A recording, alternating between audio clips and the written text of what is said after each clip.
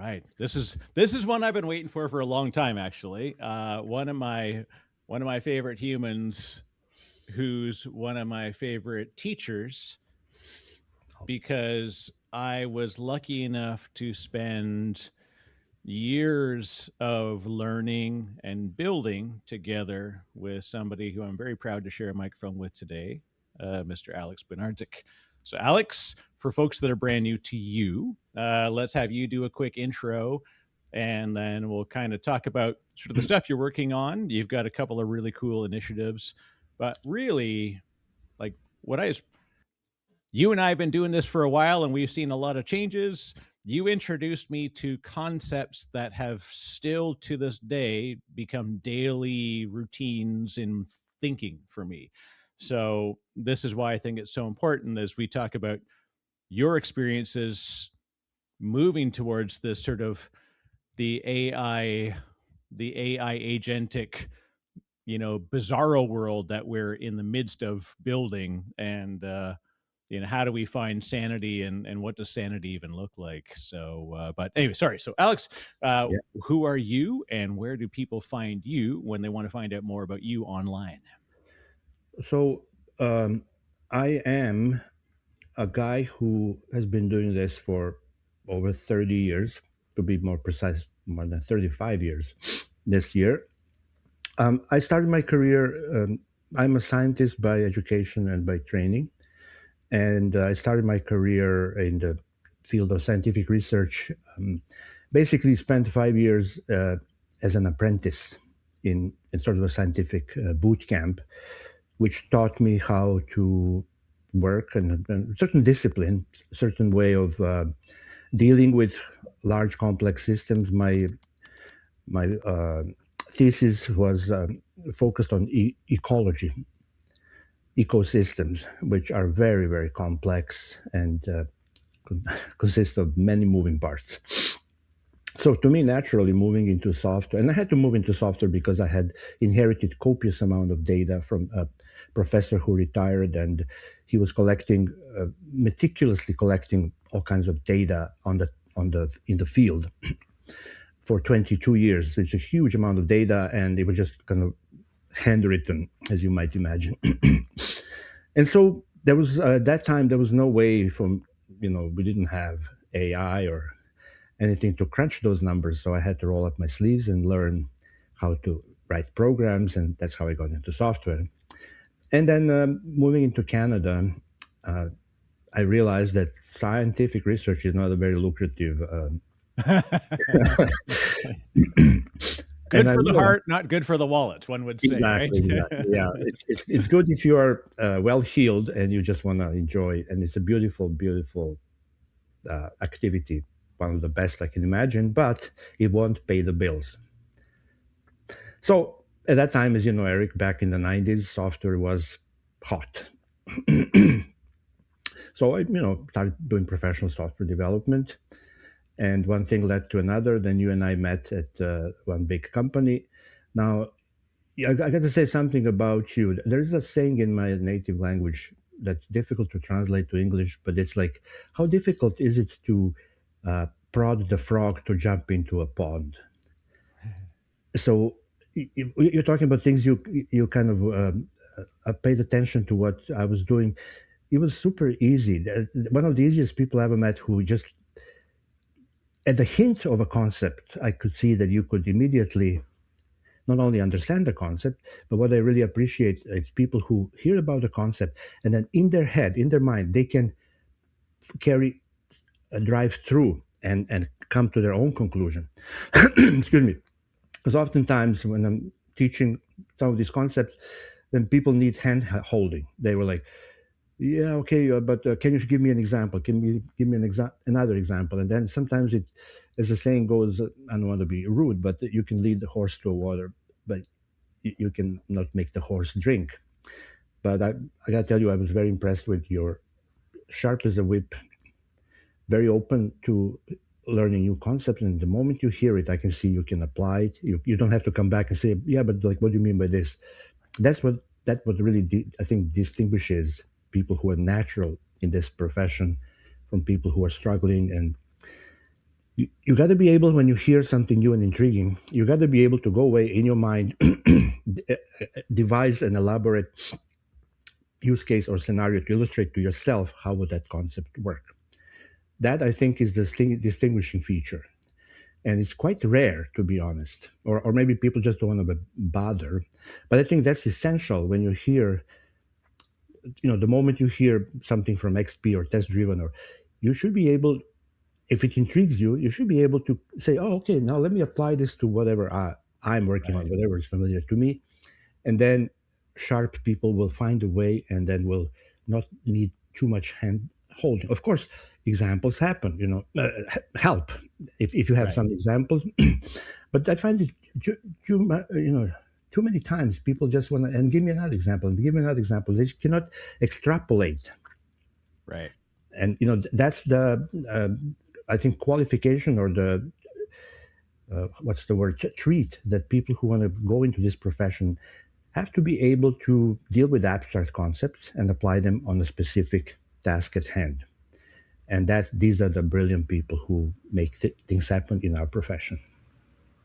So another thing I've noticed, and I think I think you're really good at that, is people, when people join this profession. Let's say somebody joined 5 years ago, 10 years ago, 15 years ago. They just start from the moment they joined, and look forward. But very rarely do people look back and try and check, okay, what's the hit. I mean, look, if I want to be a physicist, or I want to be a chemist, I want to be a biologist, I want to be a medical professor, of course I'm going to learn all about the history of my profession. I'm going to, if I'm a physicist, I'm going to learn about Isaac Newton. I'm going to look Right. back. But for some reason, people coming into software, they absolutely clueless as to how we got there, right? And that always Right. bothers. I mean, it's our profession is only 70 years old. Why wouldn't you want to go back and see what happened in the 50s, what happened in the 60s, how in the 70s, 80s, 90s, blah, blah, blah, gotten to this point? It's very important to understand what brought us here. And Right. yet, anytime I mention any of these things, nobody's ever heard of these things, right? For example, I like to talk right now. There's a lot of discussion about, oh, we can't have a machine generate source code. Um, well, look, my first job here in Vancouver, I got hired to develop business applications using so-called case tool. Case was that back in 35 years ago, it was all the rage. It was acronym for computer aided software engineering. Case, and the tool I was trained on was called Sign On. What is that tool was basically, you're prompting the machine. you're you're Sounds declaring, familiar, doesn't yeah, it? we were declaring our intentions using high level abstraction, which then this tool sign-on will turn around and generate COBOL code. And then the COBOL would run on the mid-range, it was IBM mid-range computer, and it would basically work. Now, what's interesting about that is we never even once had felt the need to go back and check on the generated COBOL code. Nobody did Yeah. that. It was just like same as when you compile your C program. You don't go in and dive through the binary code and check. You just take it at the face value. It's a black box. And but nowadays, when you ask the machine, is it uh, ChatGPT or Claude code or whatever, to generate you some code, everybody's losing their mind. Like, oh, this is so non-deterministic.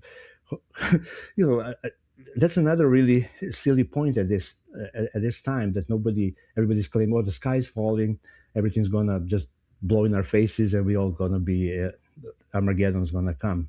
So to me, that's interesting how back then everybody was cool, because first of all, the community was much smaller, Right. right? The profession was still young. Um, and and also, let's be honest, the systems that were much simpler. Yeah, less variations. There weren't 3,428 JavaScript, frameworks that you had to pick from, and such. But even then, I would say that in the early days, the same level of discussions were occurring just in smaller communities with a smaller set of artifacts to choose from. Like it was COBOL, Fortran, C, C sharp, like or C plus plus, like C plus, like there were less options, and so it allowed us to be find the options within the frameworks rather than find the options outside of the frameworks Yeah. from other frameworks. And so we kind of we felt that that was a constraint that allowed us to be much more freewheeling within, because constraints, to me, I always see a constraint as a beautiful thing, Yeah. because it means I've got, this is the edge to which I can run, and Yeah. sometimes I like to run up a little past it to make sure it really is a constraint. but like I find, so I would say we've just extrapolated it now, and unfortunately what happens is when we fan out that conversation, the non-determinism becomes patently obvious because it's on Twitter. Yeah. Yeah. But you see, that's what I'm saying. Like people not keen on studying the history because you need to. So then, what happened mid '90s is a company called Sun Microsystems, which nobody remembers now, was looming large back then, and they were running on a slogan called "Network is the computer," which was counterintuitive back then because even let's say in the 80s and early 90s, basically either you were working on mainframe, which looked like a box, big iron box, or you were working on your PC, and it was just a box. Yeah. And barely anyone was ever connected. I mean, only the pioneers were connected to some kind of a network. It was before the web. Yeah, and so our thinking was, let's just say, constrained inside a box. So if the box is up and running, that means everything's going to work. There's no, like, it's binary, right? And then moving into the network, things become gray. It's like just because this box is running and that box is running doesn't mean everything's going to work, right? But what happened in the mid 90s, a new technology came along called Java, which was basically propagated with the slogan write once, run anywhere. So basically, what is it? Excuse me. What it meant is there was a recognition that all of a sudden we don't live in the age of boxes. We live in the age of networks. And so on the node of various networks, there are different stacks. There's different vendors, different machines. And so this Java virtual machine was like a cuckoo's nest that you can plop into any whatever stack you have, and it will behave the same. Yet another challenge to this called non-deterministic. You can have a Java source code, and it will be interpreted differently on different hardware, Right. right? So there goes your determinism and this bullshit about, oh, we have to have 100% determinism. And even if you stay within one box, and let's say you write a program in C, and now you compile it to the binary code. You can use different compilers, and each compiler is going to give you a different version of the binary code. So even even there, you don't see determinism. So that's a big myth that people are peddling about. Oh, we can, unless it's 100% deterministic. This is not serious. You're Mickey Mouse. You're not qualified, etc. So we need to fight that because people need to understand. From the earliest days, we never had determinism. It was always, fluid. And so now, fast forward to today, where we realize that, okay, we have these machines. I call them machines, but let's call them whatever. AI agents, genies, magicians, who can really write a lot of implementation code. And that really affects the mindset because you and I know, both know that we lived through the ages, through the years where it was kind of expensive and involved to create software. It, people were charging a lot of money. It was taking a lot of time, and there was a lot of issues, etc. So source code, became like a precious asset, Right. and it was regarded as like intellectual property assets. jealously guarded, etc. And it developed this mentality which I call code fetishism. The code was a fetish, and there was a lot of these macho people who were like, "Oh yeah, I can crank this code, and this is my baby, and this is my pet, and it's super duper nice and shiny." And all of a sudden, that got seriously challenged Yeah.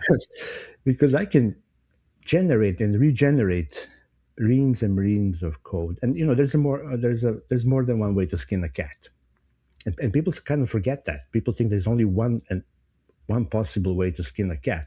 No, there's many ways. And really, the value is not in the process of skinning. Nobody's going to pay you to watch skinning the cat. I mean, this is ugly metaphor, but Yeah. what people are paying is a skinned cat. How you got there, it doesn't matter. Right. Eh, Intent, skinned cat. yeah, I'm paying for Path that. to intent. Don't No, tell me. I want the result. exactly. Oh, it's just, my metaphor is if I go on Amazon and order something, I want this order to be deterministic in the sense that I want my order to arrive at the agreed upon time, not damaged, and it's for the acceptable price. That's determinism. I'm not going to breathe down their necks and say, no, I want you to drive from Richmond, and I want you to take Oak Bridge, and That's how, right. Don't forget to get in the left lane before you yeah, get off the edge of the bridge. Otherwise, you'll miss the turn, and it's gonna. yeah. I'm like breathing down the neck. No, I'm not paying for this. I'm not paying for this. This guy took, you know, all I'm saying, I don't care if it's by a horde of monkeys, if it's by donkeys, if it's by, carrier pigeons. Somehow this parcel is arriving at my doorstep undamaged at the agreed upon time. So that's determinism. But people latch onto how this thing is going to come arrive. And I think that's a big mistake. But we see that a lot. And there's a huge pushback. So that's what we are fighting now. I have just maybe fast forward to today, seeing at the end of last year and the early days of this year, we've seen few, in my opinion, interesting breakthroughs with the latest crop of AI agents. Mostly, I mean, the most advanced right now. The jury is out, but maybe Claude Code is kind of still leading the pack. Although OpenAI Codex is catching up quickly. There Right. are other anti-gravity. I don't want to, litany of these because it's really it's an interesting area with what some people claim that you can. It's very hard to set up a moat here. Right. Yeah. Yeah. In effect, it's I'll treat it. They're like great directors in that you've got a Paul Thomas Anderson and a Stanley Kubrick, and each have distinct styles. One's Claude, one's Codex, and then there's an anti-gravity over there. So we've got some other person that's a little avant-garde in their approach, and so each will have a somewhat opinionated way to achieve a thing, but the opinion is so buried inside the back ends that we're not privy to it, which is interesting. And it even adjusts too, because if you watch one Paul Thomas Anderson film and then you watch the next one, it does not look like it was done by Paul Thomas Anderson. There are PTA isms in it, but he evolved in the 4 years since the last movie, so he got a little bit more experimental with certain things and such. So that's why I always think of that as like these are the people that are vision oriented, and then they had to get these actors and all of these things to behave within that world to create the resulting vision in a print, an actual outcome that's repeatable and visible. That's a brilliant metaphor.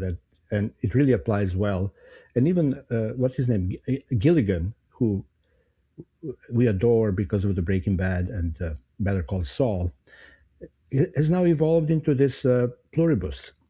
I don't know if you watch pluribus, I and haven't, but I've gotten hints of yeah, kind of what and the theory is. But yeah, and the guy's obviously very creative, so he's not standing still. If we are expecting yet another Better Call Saul, no, it's a right, complete surprise. It still has his seal of his approach with interesting camera angles and color schemes and all that, but it's different. It's almost like it's not him. So It's really fascinating.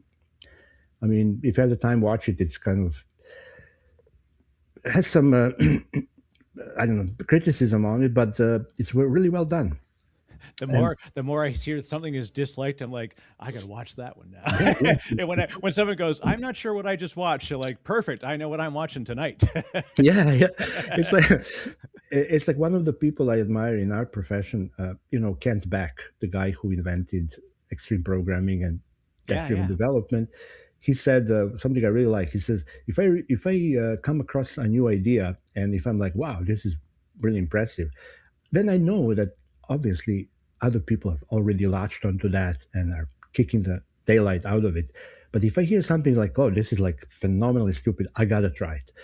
It's like Yeah. I need to see what's behind it, and that's how he got with this. I think it's called TCR, a different approach to building software, which I also like. So where was I? Basically, the code fetishism is now a dying, I believe, dying breed. It's very hard to justify so much fetishizing and so much adoration and actually charging so much money for a commodity. It used to be a real added value, a real asset that only few people can deliver, and they can charge big bucks. I my last projects, I was managing the team, and we had one contractor. And he one day calls me up and says, "You know what? I'm upping my hourly rate to $220. I'm doubling my rate." Oops. Well, this was before AI, so you gotta What can he pony do, up. right? Pony up. He has you by the cojones. Yeah, I doubt that today that would be so easy to get across. yeah, And so obviously people are upset about it because you lose your cushy, your sort of privileged position up on the throne. You can just call the shot, calling the shots, working when you feel like working, going, and people are always like, okay, walk around your eggshell, like don't upset. This is a guru, like then all of a sudden that privilege is kind of vanishing, and people are getting pissed off, pissed off. So now that this is not asset anymore, what is an asset? And here's where we have a very interesting situation. Um, the intent or the expectation or the specification is now the asset. The order, right, like what is the order for Amazon? It's basically that I am making an order and paying for it. Uh, the way they deliver it is not an asset to them; it's a commodity. One way or another, it's going to get delivered by drones, by who cares. And so, same is here. Like the intention of what we want, what we expect this thing we are building to deliver, to do for people, is the asset. The way or the implementation, how it's going to get delivered, is a liability now.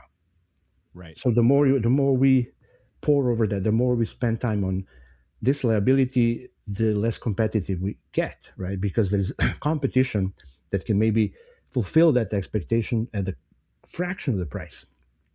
If they got their act together, if they know how to work with uh, agentic development, and they deploy all these like Claude code agents or Codex agents, and these guys are working around the clock, not taking any bathroom breaks, not going complaining to HR, etc. All of a sudden, you're clearing competition's clocks, and so I think the focus is shifting from, hey, we have to have these genius coders who can just drive circles around this and that. No, that doesn't ring a bell anymore, I think. right. But can we have people who can figure out exactly what would hit the sweet spot on the market? And that, it is easier said than done. So what we discovered a long time ago, the best way to go about it is to do a little bit of a chasing after the feedback rather than sitting in an ivory tower and saying, okay, now I'm meditating, I'm daydreaming, and I know exactly what the market is going to want. Well, you're not Steve Jobs. These people come once in a generation. So you better have a trial balloon. You better put something in front of people and see if it's going to die or live. And if it lives, what is the next step? It's like you have a newborn now. You have to learn how to change Right. diapers. You need to So it is more incremental or iterative. And so I think this is a new discipline. But the problem is this. Um, we had, as you and I know, we at our company where we work together, we had this classic good old times waterfall approach. The we got a PMO. Oh They yeah. were held exalted in the org as like they Oh, speak from the tablets. exactly. Come down from the Mount Sinai. They it was beautiful. It was just gorgeous. So they spent months and months gathering requirements, fat documents, checking and rechecking, reading. Eventually, those documents get signed off, and guess what? What the next thing that happens is amazing. Those documents get frozen. This is killing me. Yeah. That you freeze them, and what you're saying is like, look, and now you hand it over to the architects such as yourself, designers, coders, testers, operations, etc. But the message is like, look, from now on we're going to ignore reality. Right. This If is it. rea- These are the rules. if reality tries and mess with us, we're just going to bend reality. We're going to say, no, no, no, no, no. That's not Not how in it the is. doc. Don't make No, me no, no, no, tap no. the document. Just what does it say here? But no, no buts, right? And then we had this like 18 months project that just like kind of botched and didn't go anywhere, didn't deliver anything, and etc. We don't want to what's the word, froth on that, right? But then you moved and I moved into more startup agile mentality, where you know basically what we are doing with XP. The most important thing for me about XP is at the end of we give them options. Like let's say you and I have a customer, a client, and we are charging them. Well, the most honest thing we can do is give them options. We can say, look, at the end of every work day, you will have something on your hands that's up and running. It's not going to have all the bells and whistles. It's not going to have all the fancy things you expect, but it's going to do something useful for you. At this point, at the end of every day, you can approach us, you can shake our hands and say, guys, this has been fantastic. We've decided we don't have the budget, or we are pivoting, and we part amicably. And you're going to have nice review. You guys did a good job, or we would like you to come back tomorrow and continue. I think Right. this is the most honest way to work in our profession. But at the end of every day, what we are working on has to be up and running and in front of the customers. This is XP. This is the ethical thing, in my opinion, instead of having the thing busted for 18 months and nobody knows what's going on until the ta-da, Yeah. the big Here the you big go. This is the big reveal. Like they pull the cloth off it and oh, ribbon it's a cutting boy, it's a girl. ceremony. And no one will use the system that you've developed. You built this No. fantastic behemoth that is no longer even a hint of what you need. Yeah, and sometimes we call it the watermelon effect. So as the watermelon is growing, it's green and green and greener and greener and greener, and ta-da! You open it, it's all red. Boom. Yeah. So we learn to kind of abstain from that. But now with this new era of code is not a fetish anymore, and now we are free to focus our attention back into what is a real asset and how do we minimize liabilities. There is a danger of the waterfall returning, because now the spec has taken the center stage again. People have attempted to go back into the ivory tower and like meditate and navel gazing and coming up with this beautiful spec, big upfront design, etc. That is a potential danger with this new, because people say, hey, I mean, we don't have to worry about how this is going to get implemented. The agents are going to figure it out. So let's spend all our energy, all our time in just beautiful top-down design. It's going to be fantastic. And that, I think, there's a danger in it. And that's where we're at this point. Because when I talk to people and I warned about that, they say, you don't get it, Alex.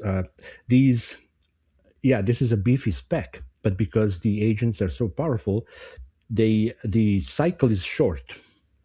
So you don't need 18 months, you need 18 minutes. Right. But that's not the point, because I don't think Waterfall was problematic because of the time. It was problematic because of the bloat. The batch size is enormous. So whether you do it in 18 seconds or 18 months doesn't matter. If the batch is huge and has a huge blast radius, then when something happens, it's very difficult to pull out, to roll back, to remedy, to roll forward. And that's why in XP we are proceeding in tiny steps. You know, and as soon as something blows, we just git reset hard, go back Right, to exactly. That one didn't go well. Let's go back to yesterday. yeah. And so we want to, at all times, back to XP, at all times we want to have our system in a healthy state, in a green state. And to do that, we have to be really humble and modest. And as we are delivering more and more functionality, these are all kind of very, nothing to write home about. But slow and steady wins the race. Yeah. Instead of giant leaps and giant steps and falling off the cliff and coming back with bloody noses and black eyes and all that. We are very pedestrian, very kind of plodding, but it's a steady progress. And that's what I think we need to learn to appreciate, especially with these AI agents. We need to be careful. And this brings me to another topic, which is I'll give you an example. So recently I was building a system working with codecs. And you know how I work. I like to start, I always like to start with a broken system. Right. Uh, and why is the system broken? Because I broke it. That's I right. know it's I want to know it will break when I yeah, expect it to break, first, and then first work thing backwards from that. yeah, exactly. So first thing I do is I just break it. And the breakage is demonstrably so because the test runs and the test is uh, blowing the whistle and saying this is broken for whatever reason. And the reason is I engineered it to be broken. And that makes me feel comfortable because now when I fix the breakage, I'll know it's never ever going to happen again. Because if it happens again, the test is going to scream. So I go in very, very modest little steps. The way I like to do it still is I like to write the test myself because over the years, I became pretty good at writing tests. I know how to do it. Yes, you could prompt the system to write your tests, debatable, and maybe I'll switch on wholesale to that. I'm still kind of, balancing act. So I then write the next failing test, and then I ask the agent, okay, fix this, make it pass, and we keep going and going, and soon enough we get to the point where the next failing test confuses the agent. And you can see the internal dialogue monologue, like, "Oh, I'm trying to like the user is asking me for this, but this is not. But if I do this, and it's all like back and forth, back and forth, back and forth. It's sometimes interesting to watch this kind of, oh my god, what should I do now? But then, It's like watching it whiteboard out the yeah, idea it's like, from the like you're watching this developer in a meeting room, and you're like, I'm not sure what he's thinking, but he's yeah, writing a lot of stuff down. yeah, yeah, and they're always like, no, no, no, no, no, that was wrong. No, that was stupid. No, I should try this. Okay, and then if I'm like all of a sudden I get a notification, something, I take my eyes off and I come back and say, okay, everything passed. And I go like, okay, let me see what happened. Look, guess what? The guy went back and because there were two tests failing and it was like either or, he went back and he modified. I'm saying he in anthropomorphic sense. He modified the previous passing test from true to false, so that Right. Yeah. this is a major transgression. Uh, this should never happen because I'm the I'm the pilot. I'm the boss. So if I say this business policy rule is important, that should never be compromised, and yet it gets compromised, Right. right? And so this is a big imminent danger that people, if they're not paying attention, they may get all everything is in green, everything's good to go, our systems are up and running, and go live and bam. And I so actually had a very specific example that this was, and I mean, because at its core, the problem we've got is that LLMs are not in the way that they're designed, and we've actually had very recent papers, even in the last few days, that have come out talking about the fact that they are not truth-seeking machines. They are outcome-seeking machines. And if you give somebody that the outcome is the only goal, they will begin to bend and twist according to getting to the outcome. And in fact, we'll do this. And I've this one system that I'm building, and it was a very distinct, simple algorithm. Well, not simple. It's a heck of an algorithm that's inside it that's doing sort of this large scale testing. And then part of it, in order to do the process, it has to generate a bunch of embeddings, do this like mass scale reading and averaging, really exciting stuff that then comes out with a sort of Pareto optimized result. So it's a really, really lot of exciting math going on inside it. And I said, we need to make sure that we can prove that this works. And so I said, let me just get it to go, and said, I need to prove this works, like, so that we could literally go through the logs and see where it's behaving correctly. So we know, because we're going to do a demo. And I always like to tell it, like, we're doing a demo soon. Because it always tells me, like, hey, this is a 4-week project. I'm like, oh, my dude, it's not. We're doing this by lunchtime. Like, I thank you for writing your 4-week implementation plan, but we're getting this done in about 22 minutes. Yeah, yeah. So I tell it to do this, and it does. And I run, but luckily I'm writing in a system in which I understand the code. And so I go to the code, and what do I see? Exactly what you just said. It generated a mock service that not only did it generate a mock service to generate the result, it created a mock log generator so that it Oh, generated what looked like embeddings. It's actually writing fake vector embeddings into the application log. wow. It built its own randomizer. It was fantastic what it Yeah, generated. Like, this is like Bernie Madoff level of wow, capability. Like, wow, it's all working. Trust me, boss. wow. Wow, And if I that, hadn't known to go and like make sure, is this actually, like, when a 1 goes in, does a 0 come out? Like, it was like, it just totally said, I'm going to bypass all of the stuff and generate what the user asked for. wow. See, this is the problem, right? That we're talking. So then, since that's the case, the next question is, what is what is he buying us, right? Because if I am now to turn into a micromanager, I feel like I might as well roll up my sleeves and do it myself. Right. And so this is a serious, I think, stumbling block at this point. For example, and when that happened, the incident I described, and I go back and I'm saying, look, I did give you teststrategy.md in your root folder, in which I explained that you should never, ever touch the test that I wrote that is passing. Why did you do that? And then he goes into this kind of, oh yeah, you're right, but I was trying, this was the process, and I was confused, and all this like diarrhea, like verbal Let me diarrhea. write another markdown to make sure I never do this again. You're like, Yeah, you had it the first time. yeah, I know. It's like one of the cartoon or the comic where the guy's lying in the hospital. No, the first picture is he's asking ChatGPT, "Are these mushrooms okay to eat?" Sure, Oh yeah, and are these mushrooms edible? It's right. It's like, yeah, he's in the hospital bed, and ChatGPT is like, "Would you like me to teach you about poisonous mushrooms?" yeah, exactly. You did ask if they were edible. You didn't ask if they were poisonous. Like, oh, you're absolutely right. These are poisonous. You shouldn't have eaten them, but they are edible. Yeah. So basically, we cannot move into this naively. Yes, the same absolute same consideration apply even before AI. You could have team of people who are scattered around the globe and they do silly things like that. Yeah, and it's been known to happen. It's not unheard of that people Right. just go.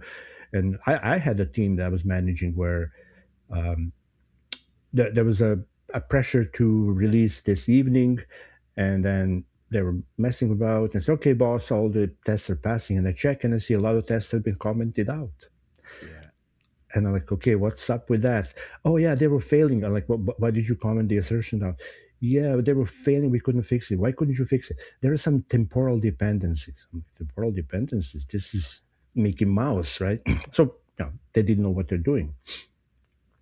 But okay, so it was always a problem. But the difference now is that the scale. Right.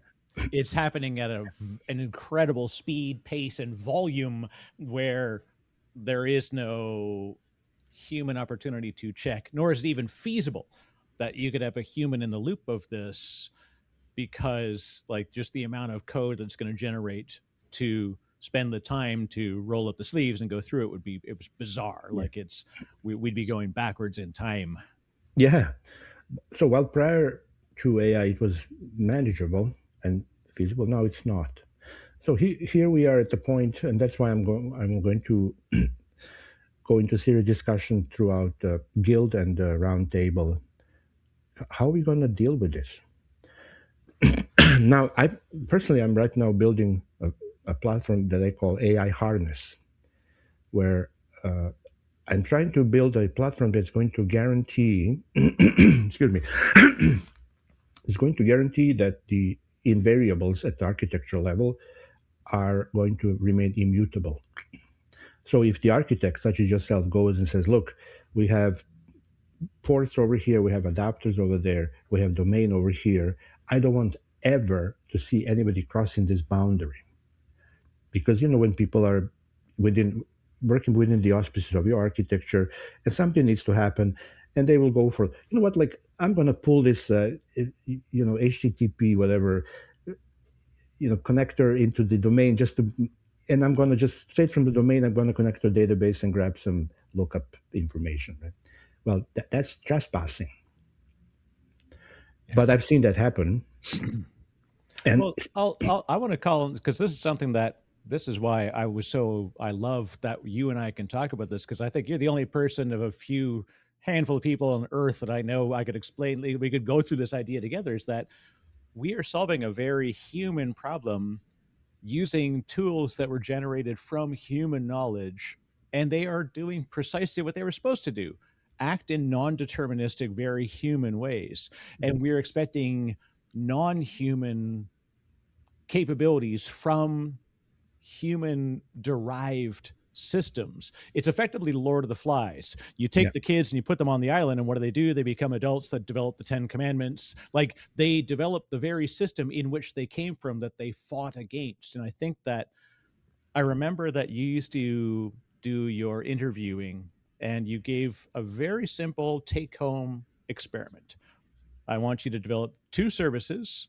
One service does this, one service does this, and then one renders the visual output, but it uses the service. The whole point was to, do they understand SOA, ROA, like, and yeah, you gave them it wasn't even a super complex problem to solve. This is not like a Google level, like, show me bubble sort. You have 9 minutes to comply. Like, this is not, I'm not trying to bust somebody's head open, but you would give them that. And then someone would come back and they say, I found a better way to do this. And you're like, while I appreciate where you were going with this, I gave you a very specific requirement for a very specific reason.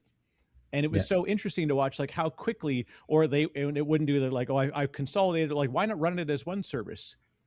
And the intent got lost because they believed they had to take a shortcut, or like, and it was so funny that even when given all of the rules written for a very simple project, the intent went away. Like, they said, I want to get the end result, but they missed that the intent was not the output. The intent was the way to generate the output. yeah, yeah. And it was, but and no matter how many times we did this, time and time again, people would come back with, like, just, did you follow the instructions I gave you? No. I know. Yeah, but that's another problem with intention versus implementation. And just on the passing in passing, this is why TDD is so powerful, because it allows you to segregate the intention from the implementation. Because if you're not doing TDD, I'm watching people not doing TDD, then 99% of the focus goes to the implementation. And like we say, the intention got forgotten. Yeah. because everybody thinks the value is in how well I can design this and implement this. The real value, which is what is expected to happen, takes the back seat. And then they act surprised when you're like, well, I don't like this. Oh, how can you say this is so brilliant? I came up with this phenomenal. Yeah, but I mean, it's again going back to the Amazon. If they found a phenomenal way with some drones and hand over, and projectiles, but it did not deliver to my doorstep, but it went to Eric's doorstep, and like, well, I want my money back. How can you say that? My engineers were so working hard on making this newfangled way of delivery, etc. So this is the problem, right? And as you rightly notice, they have only another thing. You're right. They've been trained on our foibles, but my suspicion, and I may be wrong on this, they've been trained on finished products. So you give them, they rip through all the available, publicly available repos, and these are all kind of finished products. Right. I don't mean finish, but in a deployable state. Yeah. They've been, you know, reviewed, merged, etc. What I feel the LLMs have not been trained on the process. How do we get to that deployable state? Right. This is the part they're missing, and that's why when you give them spec or intention, they immediately leap into the final. Okay, ta-da! Here is, and then you have to what's the word? Scale back and edit out and redact their Yeah. work. And some of my colleagues also, we're very challenged into harnessing them, constraining them, and asking them, no, just do this, because they always want to bid on more on work. They always like, yeah, well, I'm at it, I can add you this and that, and here's the shiny new thing that. And so, what I think may help, I don't know how, if anybody's going to do that, is have a new crop of LM that have been trained on how do you start from greenfield and eventually get to something that is deployable. There's a process involved. I don't feel like they realize there's a process. And indeed, I met, and you probably met our colleagues, some of our colleagues who are claim to fame is that they don't do things iteratively. They're like, Right. look, Alex, if you give me this, I'm so good. I'm just in one fell swoop. Brum, this is your code, and this code is perfect. And you and I know, and everybody else knows, that's not how it is. A little anecdote: a friend of mine got hired. It was like 20 years ago. He got hired by a Hollywood studio to join the team of writers. He lived in Seattle, but then they flew him to LA. They were writing some sitcom, but it was, I think, claymation. I forgot, Creature Comfort or some such show.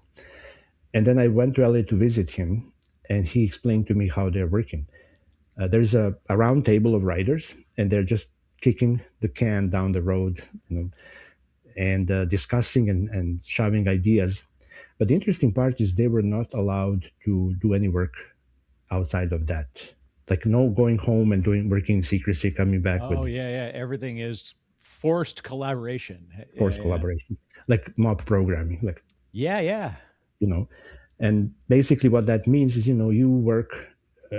There's this thing called distributed cognition. I don't know if we talked about that. Have No, you no, heard? not yet. Let's this is a good concept that people need to understand. Yeah. So, as most of other interesting things came from the military, from the war. So, U.S. Navy, when they have those humongous aircraft carrier ships, these are enormous, cost billions of dollars. When they need to be moored, it turns out that it is not possible to moor them from a central control tower. It just doesn't seem to work. They always damage, and it's just like big drama. So what they came up with, out of necessity, is they distribute the crew of people along the. It's a huge, enormous moorage, right?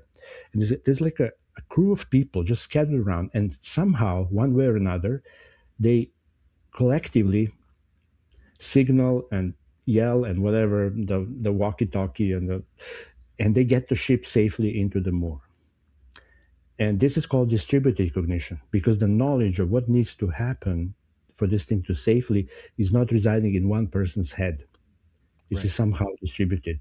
And that really reminds me of how we do engineering the software. You need a team of people, and the knowledge is distributed among us. And it's not possible to say Eric knows it all. Eric is a genius. Just leave it to him. He will just bark orders and we will get it done. No, it's going to be probably damaged, right? So this kind of equality among team members, and we are all at the same level, basically, right? And so that works. And I've been facilitating a lot of more programming sessions, and it is the best way to achieve quality Yeah. and the quickest. What's amazing too is like, I guess the assumption that I think that people are trapped on is the idea that, and I'll say the biggest opponents became also the biggest proponents, in that a lot of the very, you know, folks that are in your peer level of like capability, where they still believe strongly that they were the source of the IP, that they were ultimately the arbiter of what is good, and therefore we can't entrust these systems to generate it because I need to like double check it. And it always became this thing like, I can't review the code that it generates, so therefore we can't trust it. And I think that was part of the problem, is the assumption is that we are trapped in like, it's like the self-driving car thing. Self-driving cars, when they're all self-driving, they work the best. Yeah. But the transition to all self-driving requires a lot of very difficult transitional periods. And so you would get even the greatest developer under the sun, and the moment that they leave that company, the next person that comes in, they're like, who wrote this shit? Yeah.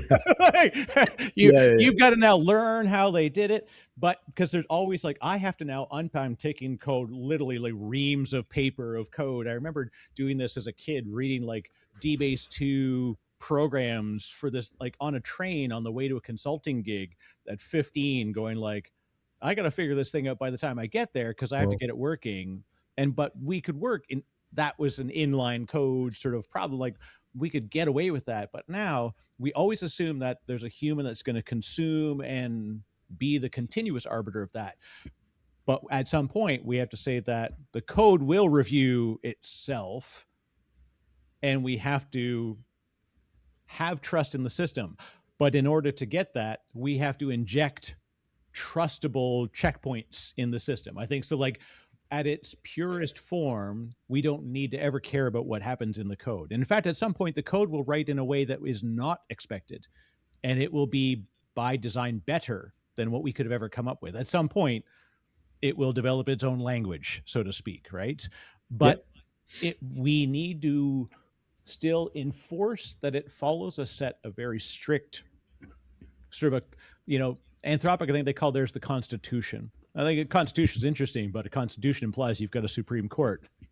Yeah. Yeah. So someone has to be the end arbiter of that thing. So I think that me as this is where I'm finding this funny thing. So all these people that were like, I won't write code with AI because I can't trust the output. Now they're like, I've got 14 Mac Minis. I'm running Claude Bot, and it's doing my finances. 2 of them just filed my taxes. This one's starting a company. I don't even know what it does. Like, and I'm like, weren't you like 3 months ago, you were telling me that if you install Codex, Satan will come and remove your children from your home. Like, it's like, how did we? And then they just like an etch a sketch from their mind. They're like, this is the new way. Without Yeah. Yeah. questioning why. Yeah. Well, you're right. I mean, the goalposts are being, they keep moving the goalposts like you wouldn't believe. 2 or 3 years ago, it was like, okay, all of these people need to be arrested. They are trespassing. These are illegal activities. They are, what's the word? Breaching, in breach of, or copyright violation. And also they're destroying the planet. But it's like the same old. First, they ignore you. When it Right. first came up, nobody's like, wow, this is bullshit. Then they ridicule you. Ha ha ha! I can't believe how stupid people are. It's like just so naive. You think. Then when they cannot, I mean, when they cannot afford to ignore you, they will ridicule you. Eventually, run out of the ability to afford to ridicule you. Now they get angry, and then when they run out of steam with being angry, then they start bargaining, right? And It, then eventually it's that capitulate. it's the clown makeup meme just playing out in real time, but it's moving at like wild pace. That's probably part of the problem we have is that the pace of change and what's technically capable is not like it's very difficult to keep up with like how it's going to apply in reality on the ground in a trustworthy way that it's this is it's an interesting problem. And I'll say this goes call back to what you talked about at the very beginning, which is people are not looking at how it was done. They're just saying this is how it should be. And it's like you can't walk into a JPMC or a Citibank or a Santander or BC Health. You couldn't just go there and say like all your code that we got right now, we're firing all your engineers. And I got a guy with a bunch of Claude bots, and he's got a bunch of Mac Minis. He's on the back of a truck, and they're coming in right now. We don't need to know how your systems work before. This is just going to do everything for Yeah, you. It's like, whoa, whoa, whoa, we need to merge these worlds. And I think that's the place where you are living right now, which is how do we build this transition in a way that we carry the valuable lessons and truths that we've learned into the next way of building. yeah. And again, the shift is from code fetish, which I'm hoping must disappear, even though there are people hanging on real tight and still think they are ninjas and gurus, and they can command any salary just because they can crank up some code. That should go away. And then we go into this world where we learn how to actually work with systems, because systems programming is a neglected discipline. And that's why I say when I join a project or a company, my strategy is to first try and become real good buddies and forge real good relationship. You know who is my most important area in the business? Customer support. These guys know the system better than architects, than Right. designers, than QA, because they are in the thick of it. They're the feedback part of the OODA loop. Yeah, they know everything about the system that you don't know, I don't know, and I like to talk to them and I like to learn from them. They are the most valuable asset in the organization. You learn from them what is shitty, what is promising. If you go in that direction, they know it all, but sadly nobody listens to them. Right. I don't know why. And that needs to change. We need to find value in these people's work, their understanding of the system, not only as it is, but as it should be, and as it's going to make us more, viable and lucrative, etc. I think they hold the keys to that. And there's some brilliant people there. They understand that system better than. But Eric, if you're a software engineer, you hardly ever. I mean, you're an architect, so you're at a high level. But if you're working at a slightly lower level, you know how to write code for individual components, etc. But from what we know, there is no programming language for a system. You cannot write a system in code. It's kind of assembled kind of manually, or via some YAML, Mickey Mouse glue, duct tape. It's really bizarre that we haven't developed a system language. Yeah, a way Now, to actually express the true intent of the system in a way that is repeatable, agreed upon across systems, et cetera, et cetera. Yeah, yeah. yeah, because we've learned, thanks to Ken Beck, we've learned how to make a kick-ass, sturdy component that is going to, know how to roll with the punches, can deal with this and that. But that's at the component level, because we have automated, TDD. Now, going back to what you said previously, anytime I worked in a team where there are high quality people who are really to be trusted, you notice one thing about these people is they are, unlike most of us, they are very, very focused on failure. They are very pessimistic, these people, and they are always thinking about failure first in any regard, whether it's failure in meeting the business automating business policy rules, or failure in performance or security breaches, things like that. Meanwhile, all the implementers are very optimistic people, chasing the Yeah. happy path, It's and rainbows and gold pots at the those, end. It's yeah, fantastic. Let's start planning the implementation party. Like, should we go to Maggiano's? They're already deciding the menu. yeah, yeah, yeah, and they always go like, and any exception or any boundary is always an afterthought. Oh yeah, okay, let me patch this, and that is ass backwards, 100%.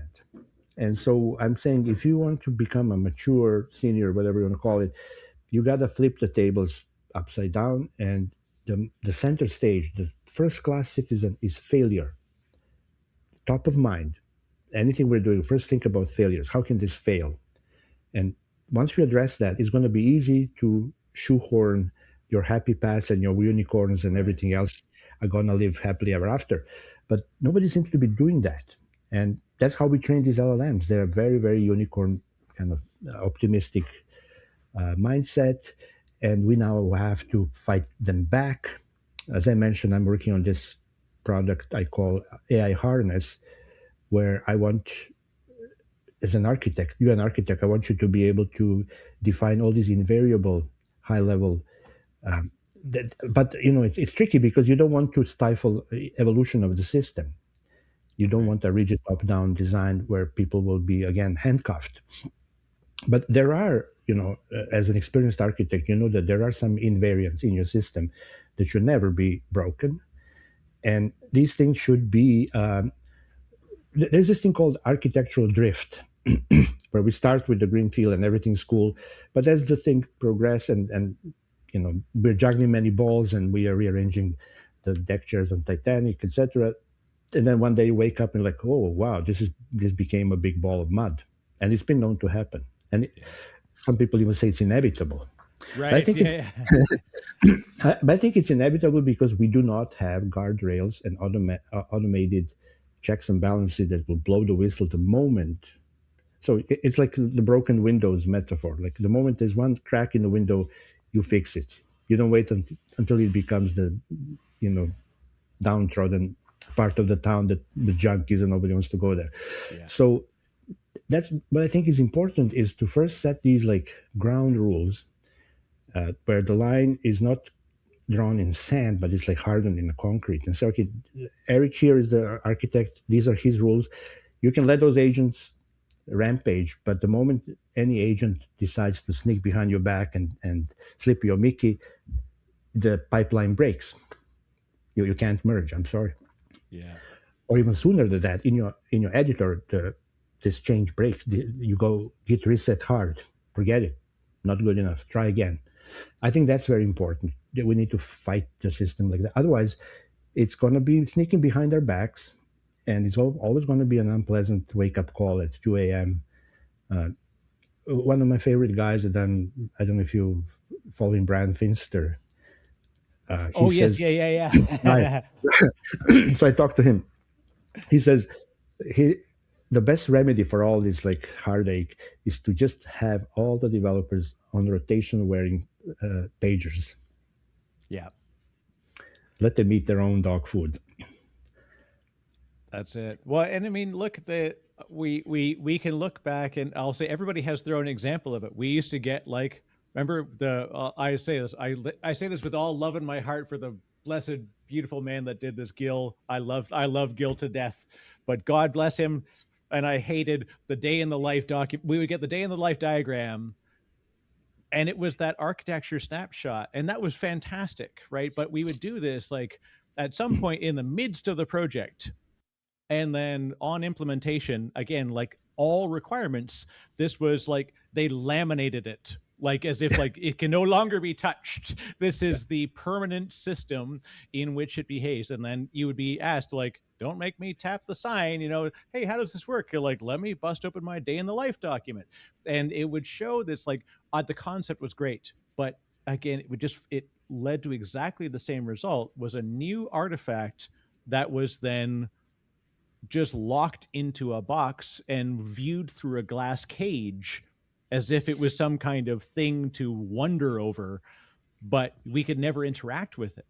And it just took away, like, that intent was organic, or that it was fluid, and that intent would change with business. And that's the other thing too, like, why again, I'm gonna offend the whole industry in this one, because I'm going to pick out Gartner, because somebody said this the other day. They're like, Gartner says in 2030. Gartner was wrong about today a month ago. Do Yeah. we really think they're going to know what's going on in 2030? Yeah. Yeah. But, they talk a lot about psychological safety, which I think is important. But there's always this mentality: if you hire me or somebody hires me, and then I, I build myself as an expert, then the expectation is that I will never ever come to my boss and say, oops, you know what, I made a mistake. Because look, you're the guru, you're the super duper, we pay you top dollars.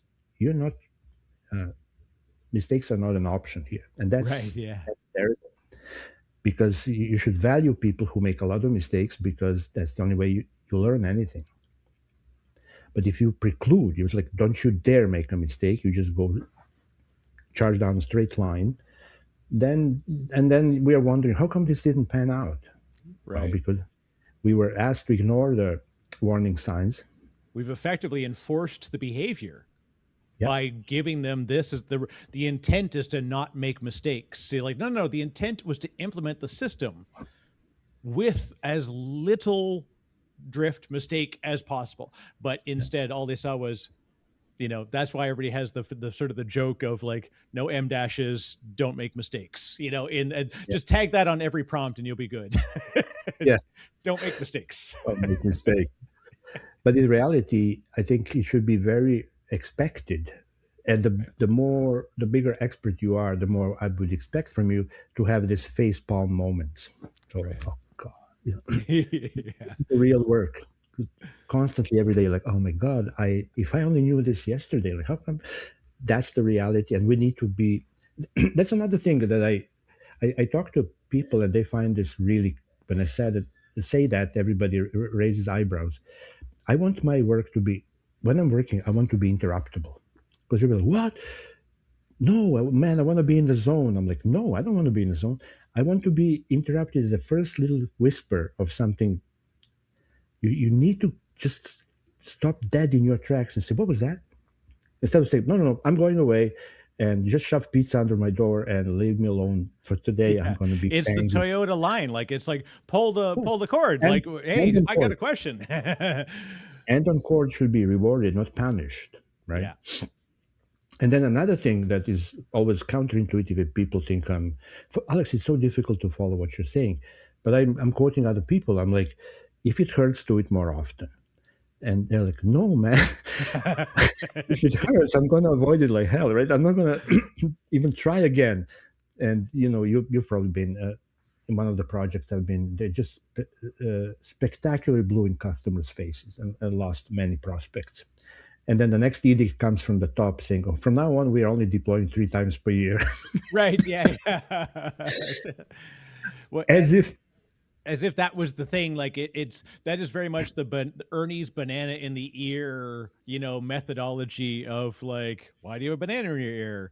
Well, it's to keep the elephants away. You're like, well, that doesn't work. do you see any?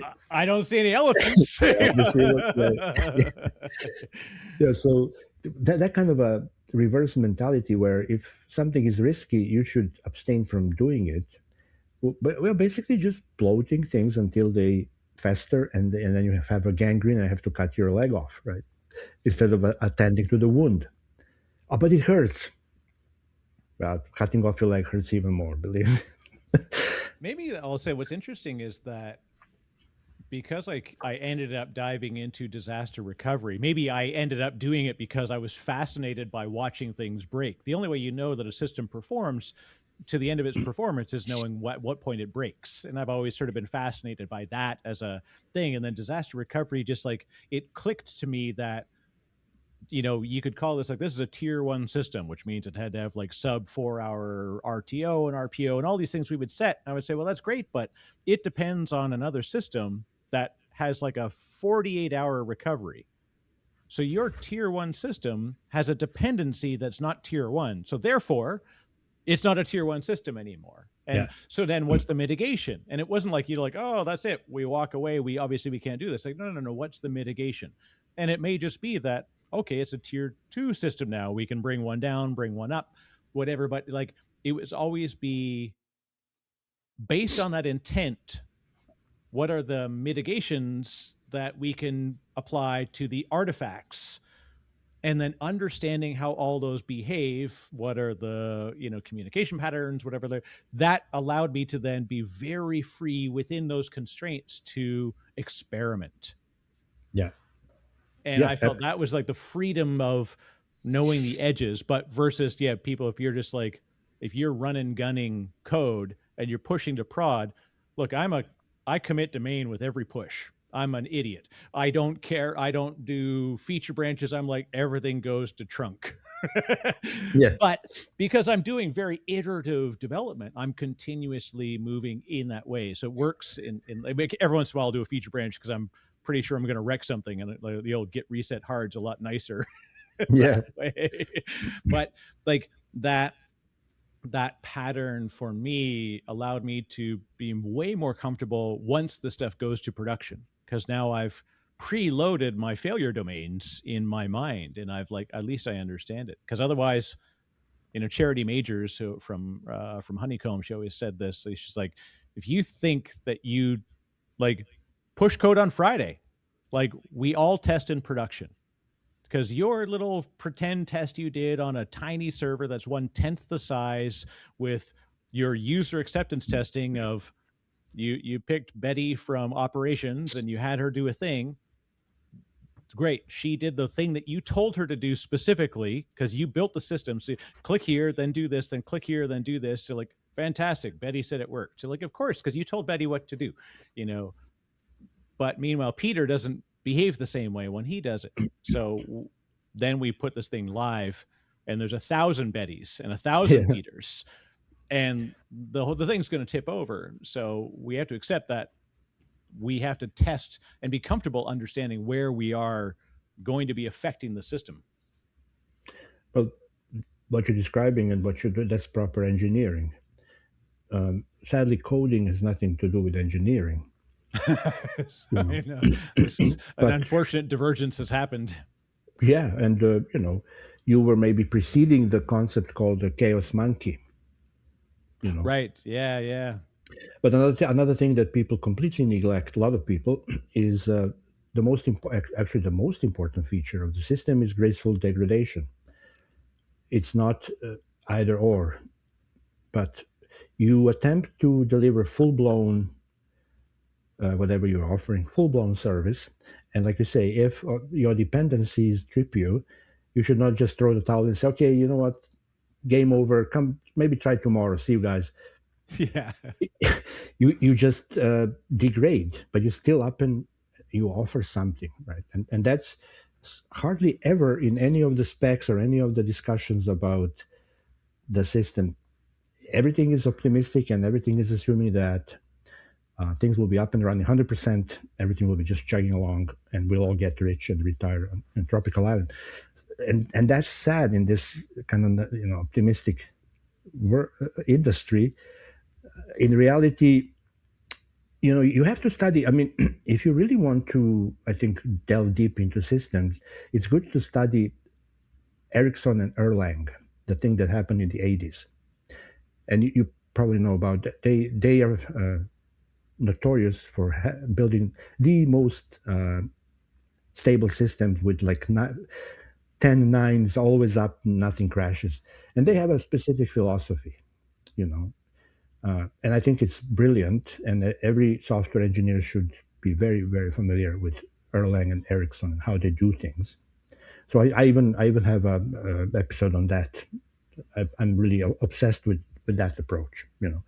With, but another thing that I wanted to say, I'm just trying to remember what was it. Anyway, graceful degradation, chaos monkey, failure first.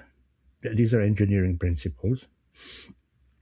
And I'm sorry, Eric, this escapes me. I had another thought. Do you have anything while I pretend I'm in control? Yeah. Well, and really to kind of what I loved about this discussion and why there's so many that need to be had with people that are brand new to it. One of the things that I like you when I got to my first technical job, even no matter what I did, I always thought like, how does it work and what's working and what's broken. Like it was always that thing of what could we do better. And I'll say another thing that I call this is an Alexism that I've done in my application. Every application I write has a little feedback widget, and so wherever it is in the system, that feedback widget, you just click that, and it's modeled after your thing of like, and instead of having to say where were you, what did you do, what did you expect it to do, and what actually happened. And because I know where they are because I built that into the system, easy. Now it's like what went wrong, you know, and what did you expect? And so they can go in, they can do this thing, and then it actually just generates a GitHub issue for me automatically so that I can sit there and monitor how that comes in. And because of the way that we can gather that feedback, and I remembered you having that built into a very, very early system. And it just made sense to me of like, this is the right thing to ask in that customer support type of role, because that's where you catch it. You don't catch it when they're like, hey, it worked great in the demo. They're like, okay, now let them use it for an hour. And then 20 minutes in, they're like, I keep having to refresh the page here. I'm like, okay, I guess it's just normal. Like, no, no, no, no. But you just like the demo went fine, and they've just now made this assumption like, I guess you just Yeah, got to do this. Like versus like I I would prefer to not have to refresh the page. It seems I have to refresh the page every time. And immediately now I know like, okay, like that's the only thing you can get by live feedback. And yeah, that building it into the application or connecting to the people that are interacting with people using the system is the only way. Like you have to really take that feedback loop beyond just your dev team, yeah, and that's what I find is all these people are building these apps. They're hammering out apps at a bizarre pace right now without any customers. So of course they work beautifully. I built a Salesforce alternative over a weekend. It cost me $2,000 in tokens, but hey, now I don't need Salesforce. Fantastic. Now sell it to somebody and see what the yeah. feedback is. Like, no, they aren't going to do that. That wasn't the goal. And like, it's admirable they've done it. They've created another walking stick, but you could also go in the forest and there's a lot already there. Yeah. No, yeah. I mean, actually, that's great that you mentioned that because I think you refreshed my memory. What I wanted to say is, when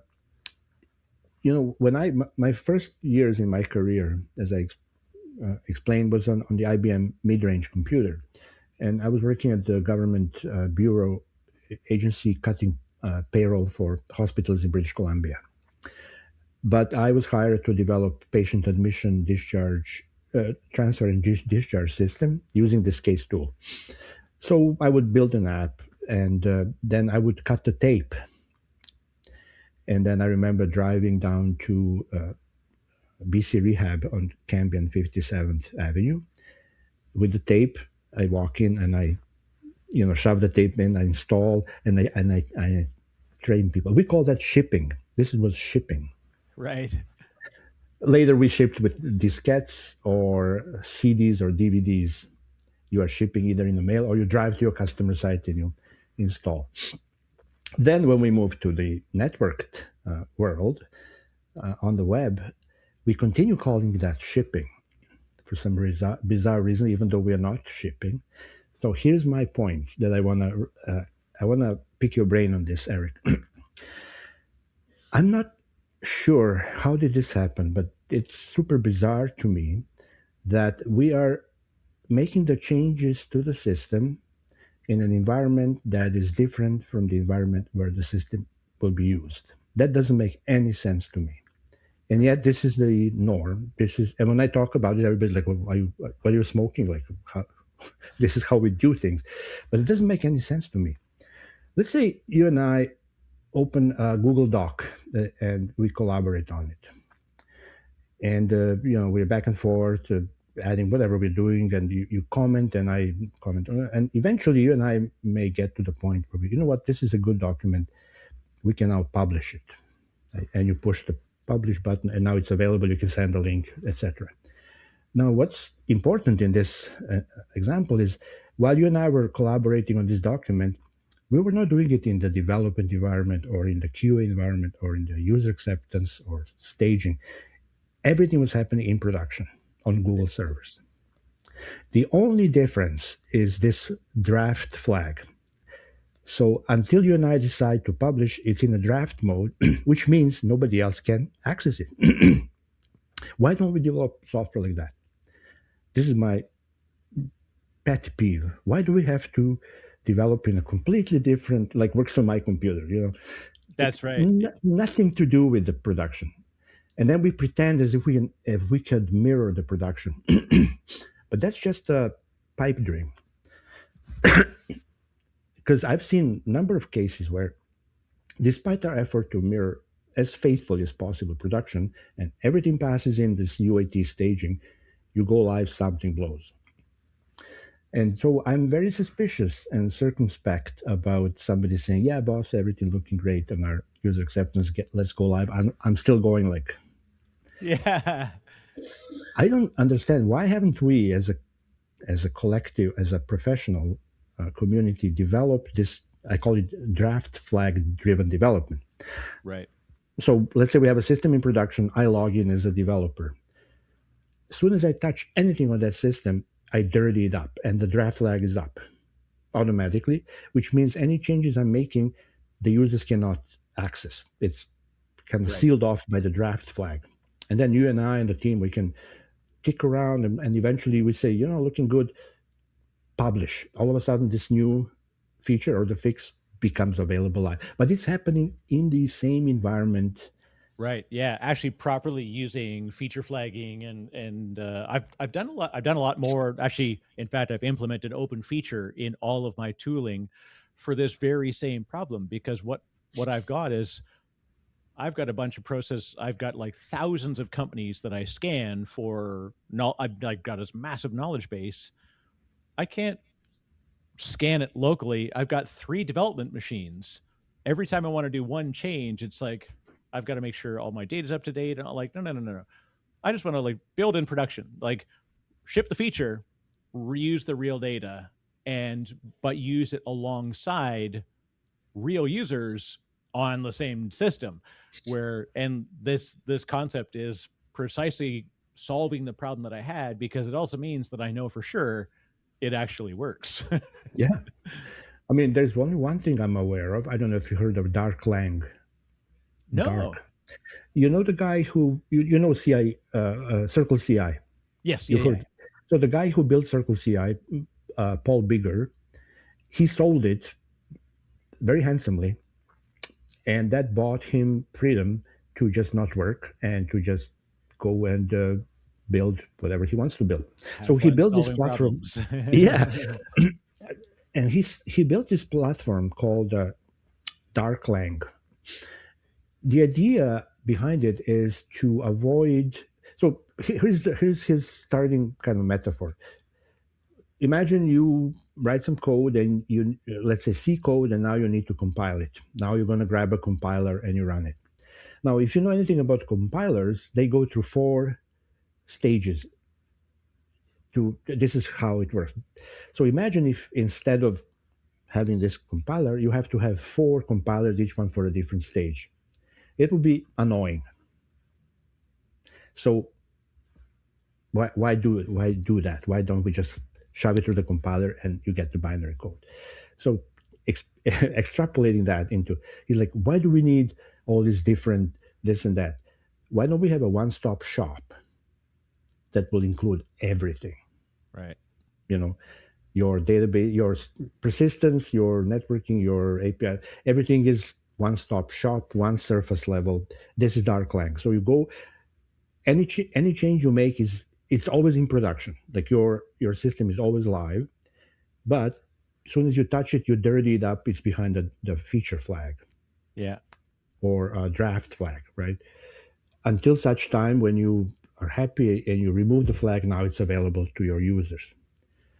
So that's a brilliant idea that I really like, and I think there's something to it to avoid all this shipping and thing breaking and forget, and the drift, Yeah. especially with microservices. Oh shit, it worked in staging because that version of microservice was over there, but we forgot to put it in production, and now it blows, etc. It's a humongous endeavor, and you need people around the clock with all the spreadsheets and checking and rechecking and double checking and having meetings, and like, this is so wasteful. How Yeah. come we as engineers are okay with that? We should be upset about it. We should be saying, look, let's simplify this. Let's come up with a real professional way of working. You probably know, you've been sitting through meetings with millions of spreadsheets and everything's green and orange and yellow and red and blue. This illusion that we are on top of it, we're in full control, and then something blows and like, oh, so that still, 2026, we're still doing this Mickey Mouse. We haven't made much progress. It's all muscle bound and like heavy lifting and pedestrian. Yeah. We should, I think, be harnessing AI to help us get there. We need to harden our engineering ways. Well, I think there's a sustainability and efficiency in what, and not sustainability necessarily in that, like, well, it's both sustainability as a human sustainability in that we are not forcing us to rethink, like, where is this happening, which environment, and you have to do this whole like decision tree before you can even start actually evaluating the real problem. Like, I shouldn't have any decision tree. It should be like, this is broken. Where was it? What did I expect it to do? And what did it do? And Yeah, so, like, I should get right to that, but we can't. We have to immediately, oh, is it here? Just double check the data. Which snapshot was it? All these qualifying questions come in, and that's unnecessary. And now imagine that in our current development stack and our current operations and deployment stack, every single thing we do is touched by AI. Like, there's inference whether we mean to or not. You write your code with Codex, you ship it to GitHub where it runs a bunch of CI actions, and then from there it does a sample sandbox build, and then, okay, good, it does its push, it pushes up to Heroku, and then Heroku has its own. Every single layer, there's overhead and compute, overhead and whatever, there's delay. Like, all that we're doing is adding all of these breakpoints and risks in a lot of the flow, which is normal. We can't avoid it all. So this is a baseline of acceptable. But then we make it very unacceptable by saying, let's just do this in 4 different environments that now we have to sync up the data and make sure we know, like, it shouldn't have to be that way. Because if I want to fix one thing, you're like, hey, I found a problem. Okay, quick, let's take it back to the development environment, run the test. Okay, do the thing, make the change, push it to QA. Okay, move it to user test, whatever. Now push it to prod. You're 4 hours from, like, oh, the arrow needs to be to the right of the thing instead of the left.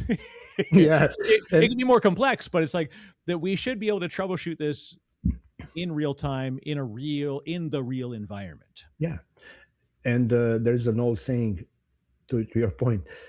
Data is like furniture. You move it around, something's got to break. Yeah, that's right. So Yeah. you're right. I mean, why don't we? The whole, you see, the whole thing about design and engineering is the art of simplification. Any, like the saying goes, any fool can make things super complicated and complex and elaborate, but a genius, a good expert, will make it simple. You know. Yeah. And there's another catch there. I don't know if you've heard of Rich Hickey. No. So Rich Hickey, this is an interesting guy. I think he worked for Texas Instruments or something in the 80s, 90s, I don't know. And he was famous for being the best troubleshooting guy on the planet. Like, something goes bad and they're trying this and that, running around the headless chicken, and nobody can diagnose it, nobody can troubleshoot it. They call Rich, bam, bam, bam, fixed. Yeah. And then he explains like, okay, so people are mystified. Rich, how are you always like fixing? What's your secret? He says, okay, I did a lot of troubleshooting. I fixed a lot of hairy issues. Not even once did I do it in front of the computer. He says, I go for a walk. I even, you know, go watch a movie, go to the beach, and the wheels are going in my head. Sooner or later, aha moment. Yeah. He says, but I don't act on it. I sleep on it. If when I wake up in the morning, it's still there, I know it, guaranteed this is the fix. And I just go and do it, right? So he's more into a thinking guy.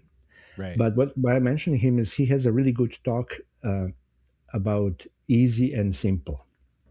And he says people conflate easy and simple. Yeah, yeah. And he says simple is actually very hard. Easy is just, what you think is easy, maybe super hard for me, and vice versa. Because easy is down to familiarity. You've been doing something for decades, you can do it in your sleep. I never tried it. To me, it's like, Eric, my head hurts. I have no idea what's going on here. Yeah. However, simple, if it's really simple, it's objectively simple. It's simple to you, simple to me, simple to everyone. And that's what engineering is all about, to make it simple so that, like you say, we don't get to a point like, okay, this genius was hit by a bus. He was writing amazing code. Here's a replacement. Who wrote this shit? I can't believe this. So, because Yeah. it's not simple. It was easy for this guy who was writing it for years and years. He's familiar with it, or his teammates were familiar with it. So I think as engineers, we need to strive towards simple, right? For example, Yeah. like REST protocol is Yeah. simple. Everybody can grasp it. You understand how it works, as opposed to some hairy scheme, Corba, That's right. Yeah. Oh, all up, whatever. It's like, okay, I just can't. So Fielding was a genius, right, to do that, yeah. as well as Tim Berners-Lee, who single-handedly came.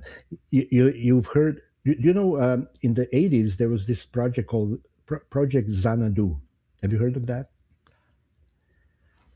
I haven't, or I might have, but I also could Yeah, be confusing because, as a musician, of course, yeah, yeah. No, I no. This know is a every time I hear Xanadu, I'm like, it's very rarely used except with Blondie. Yeah, yeah, yeah. No, this, 80s there was this talk about the internet, and people trying to see how can we actually make it mainstream, um, because only geeks were able to log in and do all these like. And then they were working on a project called Xanadu. That was kind of like the World Wide Web, kind of like, okay, coming up with this layer on top of TCP/IP, and enabling people who are not technical to be able to ride it. Yeah. But the project didn't go anywhere for one simple reason. The committee that was working on it could not at all agree on how to deal with broken links. So they say, look, this is all brilliant, but there's a link to some resource somewhere, and let's say all of a sudden the resource is gone. So the link is broken. How do we? And they just like, no, we can't. And it just died. Tim Berners-Lee in 1991, he says, I don't give a shit if the link is broken. Yeah, that's right. You find out the hard way. Yeah, Click the link. 404. Okay, Yeah. problem solved. Simple. It's not the end of the world. Yeah, you If you can't have prevent the issue, just handle it. Like let's just. the library burned down. Sorry, guys, there's no more books. Try something else. Simplicity, right? Why? But they were trying to make some majestic, overarching edifice that will be just error free and always working. Nothing's broken. That's Yeah. not reality. It's pipe dream, and you're chasing unicorns. That's not engineering. That's ideology. And you Right. and I are into engineering. It's practical, and you're trying to make it simple and objectively simple. And when when you talk about these things and people misunderstand, they think simple means like you really boil it down to one thing. But oftentimes, and this is paradoxical, to make things simple, you got to follow the principle called more of the same. So you Right. multiply, and that way you simplify. Counterintuitive, right? Yeah, well, I think this is what people really, just even in definitionally, like, people have trouble latching on to that, this idea that like simple means like less code. We will do clean coding. We'll go with we'll follow Uncle Bob, and we'll write very clean code. And then, but is that necessarily the simple way to do it? Like, it's simple in that it achieves a particular goal, that simple for troubleshooting, but not necessarily simple for operations. And it's a set of trade-offs. Like, there's always a set of trade-offs. At some point, even what was done perfectly, the perfectly written service right now will have a new artifact that it gets has to deal with tomorrow that it never understood before. It was never exposed to. And so whatever was perfect at this moment is ephemeral, and it has to be adaptive. And I've always sort of strived for not just like resilient, but I like anti-fragile systems. I Yeah, want systems that are purposefully self-destructing until they find their flaws. And again, you taught me this with this idea of TDD, and that I build infrastructure the same way. I called it TDI, test driven infrastructure. yeah, yeah, In that, like, set up the environment, build out all your monitors and all of your probes, and they're all red. You build everything up, and then they're all green, so that when something goes wrong, they will turn red, and red means something. But you have to start from the ethos of assume broken, now what? yeah. Or I call it the Soviet Union model. Everybody's guilty until proven innocent. Nobody's allowed to do anything. Right. Yeah. Then you slowly open up a little bit here, a little bit there, instead of the free society where everybody's innocent, everybody can do everything until we catch you. Yeah, yeah. So yeah, I mean that's very interesting, Eric, and I think you have positioned yourself perfectly for what's to come. We need people like that, like you, um, because we really need to tackle this issue with AI just being very overbidding on work, very interested in bloat, in just blowing you away with prowess. Yeah. And guys like you need to put like serious, hard ass, uh, what's the word, policing. For example, in the system I'm building, which I call AI harness, I would allow you, enable you, if you use that, to say, look, all the outgoing calls must be async. And so if somebody later on tries to sneak a call that is blocking call, everything stops. The proceedings stop. You can't do that. Yeah. You need ability to say that, but not to say it in a prompt, which is, as we know, the agents will kind of, oh yeah, sorry, shit, but in a Yeah. My bad. automated. Oh, my bad. Yeah, you're right. You're absolutely right. You're fantastic. Uh, it needs to be baked into the, like a police sniff dogs that go and sniff the illicit material you're trying to smuggle across the border. And I think we need that. We need to engineer it, right? So Yeah. you would know how to do that, right? And we need to tighten the screws on that, and that's why I'm trying to get this guild going so that people raise visibility and that people can say, hey, you know what? Like, okay, we are doing this vibe and we're, like you say, building this empire, but let's go and see what the guild talks about, what we can get in the guild. Uh, and I don't know how that's going to pan out. We may even offer Well, let's reviews. talk about that, because so folks that are brand new to this concept too. So let's talk. I know, as we unfortunately, I gotta wrap soon. I gotta head to a meeting. I could do this Sure. all bloody day long. We will definitely come back often on this one, and Yeah, hopefully yeah, I'll be joining in on the guild goodness. But let's introduce what's the goal of the guild, and where are you at right now, and talk about your really cool two active projects you've got going on. so basically, it started with I think early January this year. I proposed we have a AI roundtable because I said, look, with Claude Code, agentic programming, codecs, and all these things are heating up like you wouldn't believe. and I can see this kind of exploding into this stratosphere. So why don't we just get together people who are up to their eyeballs in these agentic things, and just talk, just like what's going on, what's bothering you, what keeping you up at night, what makes you excited.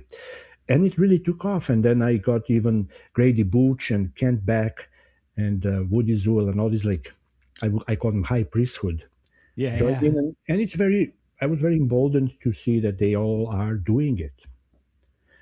And even, Grady Booch is doing it, and Tim Ottinger, Yeah. Kent Beck is like up to here, just going for it. So it's not like we're the fringe group. We are. Right. Yeah. The mainstream is doing it just maybe a little more quietly, or more reservedly, I'll say, perhaps. Yeah. And so I said, look, this is all nice, and we really appreciate brilliant people. These people are phenomenal. Just to listen to them talk is just like wow. But like that's all fine, but it will be just I talk to the wind, and why don't we try and form a guild of professionals? And I propose this guild to be founded upon three legs: uh, ethics, technical excellence, and what is the third leg? I'm trying to remember. It will come to me, sorry. But the emphasis is primarily on ethics and technical excellence. And we have, uh, I came up with a manifesto working with some of my buddies. Right now, we have 43 signatories. So people can go and sign the manifesto and say, yes, I agree with that. And then on Thursday morning, Vancouver time, we're going to have inaugural meeting. So we're going to sit down and say, okay, what is this all about? And similar to Agile Manifesto, we want to maybe craft some set of principles, because Manifesto is kind of high level, and then some principles how we're going to pursue ethical use of AI. My overarching kind of narrative is so far, and you may agree with me, we've seen a number of technological breakthroughs from telephone, radio, TV, computers that were satellites, etc., all the way to mobile and AI. All these breakthroughs have been put forward to serve humanity. Like, what is going to make your life better? It's going to make you more successful, relaxed, prosperity, health, mental health, everything. But all we are seeing is we somehow become slaves of those technological. I'm slaving. You're slaving your car. I'm slaving over my phone. I am Yeah. actually, the technology becomes the master, and I become the subservient slave who is here to just pump my blood, sweat, and tears. And that's very disappointing and very discouraging. But now with AI, if we again become enslaved, this is going to be a serious Yeah. debacle, right? So I'm like, what do we have to do to not allow this to happen again? We somehow have this propensity to become enslaved by something that's proposed to become our slave and That's our right. right. And It's so supposed the to make our lives better. It just made our lives, busier, easier, and you because don't. it's Jevons paradox. Because what we did was we were meant to get rid of this thing, but what we did, we actually commoditized that thing. And unfortunately, what we've commoditized is our own attention. Yeah, yeah. And now we are that technology's bitch, and it's Yeah. squeezing us like you wouldn't believe. So how do we proceed and put some guardrails or put some, I don't know, guiding lights to say let's not allow this to happen again to us, because this time is going to be very serious. If we lose our Yeah. if we lose our footing, we lose our ground, and we become completely enveloped by this. I call it Scheherazade, 1,001 nights, spinning tales, and just like always, you lose your humanity. You lose the whole idea is for, as Albert North White had said, civilization advances by making number of important information. Number of important operations happening without us having to think about them. So the more we can have important things happening without our even being aware of it, the more civilized we are. Why? Because now we have time to go to the theater, to read the book, to Right. edify ourselves, to have time with face to face with friends, with family. We don't have to slave over some chores. And so AI has this promise that can liberate us even more, so that now we can have the workforce. And I've seen yesterday I've seen the video of a Chinese robot who can make a beautiful bed very delicately, hold the you know and take care of the elderly, and it really could elevate the quality of life like wouldn't believe, right? But we have to be very careful not to again become fall victims of some hidden agenda or something clandestine happening in the background. Yeah. uh, we For example, if you are good at using AI, you should be able to use it to your own benefit. Let's say I think I should be able to build a web browser and teach it to never show me ever image of Donald Trump. Like whatever I'm cruising, I'm browsing whatever news channel or YouTube video. You just If want to like, this is I want to create my personal filter. Yeah, yeah. if the image of Donald Trump comes, I'm just like, I don't want to see it. And I think technology can do it for me, right? Because the content coming into the browser, you can have the bot filter, analyze and filter, and just not even show it, right? So that way I can build my own safety, because I think it's poisoning my mind to listen to this insane pedophile. It just blows my mind that such thing even exists, right? That's just one Mickey Mouse example, but I think AI should allow us to organize our life so that you get quality, edifying content, and the chores and the paperwork and all that can reliably be offloaded to your butler, who is going to run around the clock, who's going to organize your meetings, who's going to schedule your trips and all that. And you are, if you get to a point where you are like a very wealthy person who can have the workforce uh, arranged around daily life. Right. Instead of mapping our lives to the available technology and becoming, I think somebody said like, we're automating programming so that I can spend more time doing dishes. So like this is not at all quality of Yeah, life improvement for me. no, While I appreciate the time to do this thing, yeah, can we solve this with AI? yeah, exactly. And another thing is, I read somewhere that somebody described how um, we always drag things to the familiar level. Like for example, when they discovered steam engine, then the first application was to drill holes. And then the next application was to put it on a cart, and now it's a locomotive. And that was very, very successful. So people say, hey, why don't we put it on a boat and drive the boat? But the first iteration was it was rowing, you just Right. push, Yes. Right. It was automating the rowing rather than. which basically you just do whatever's familiar to you. Yeah. So that was Mickey Mouse. And then we were waiting for a genius engineer who's going to go and say, wait a minute, why don't we put propeller on the back, right? And that way propel the boat. So I think we need a similar breakthrough instead of dragging because even when you think about before AI, all our computers, all our apps, we are just emulating paperwork. It's just a Right. big, we're just pushing paper around. And now with AI pushing even faster. This reminds me of like rowing the boat. Like Yeah. what? We turn them into PDFs. Yeah, But it's like you didn't read the paper and now you don't read the PDFs. But why do we spend so much time working about the perfect PDF? yeah. Because before we had computers, we had buildings loaded with staff just pushing paper, typewriters and photocopiers and faxes, and then we move into networked computers, and all we did was just emulate the same process, which is just Yeah. like very, very low resolution approach. Where is the ingenuity there? Where is the innovation? And I think with AI now we are given more free reins to try and come up with something that's going to be off off the wall.